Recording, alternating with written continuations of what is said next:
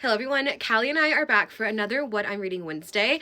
So I don't actually have physical copies of either of my audiobooks, so I will insert covers. But the first audiobook that I listened to this week was Margot's Got Money Troubles by Rufy Thorpe, I want to say is the name, but that could be wrong. Again, I will put the cover in above me.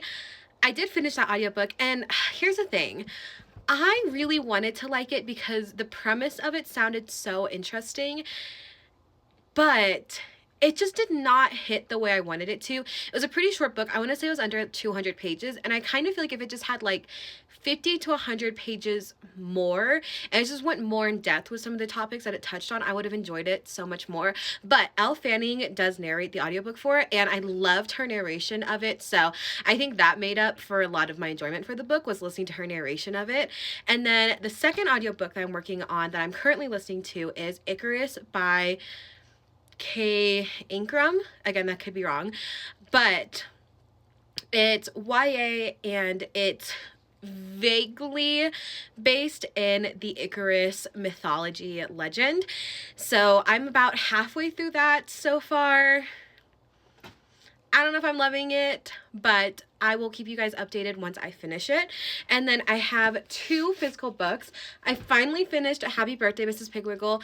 I reread these books every year. They were some of my mom's favorite books when she was growing up, the Mrs. Pigwiggle series. So I like to read these every year, just not in memory of her. That makes it sound like she's dead. She's not dead, but it makes me think of her, and I just feel really close and connected to her when I read them. And I really like these books. I enjoy the stories. They're pretty easy reads because they are middle grade, but I just love reading them because of my mom. And the Happy Birthday, Mrs. Pigwiggle is my favorite of the three Mrs. Pigwiggle books, so I decided to start with this one this year. I really enjoyed this. There's not a ton to say. It's just a big nostalgia read for me. And then for my next physical book, I'm finally picking up my first book off of my 26 books in 2026 TBR pile. This is Big Swiss by Jen Began. I think that's how it's pronounced.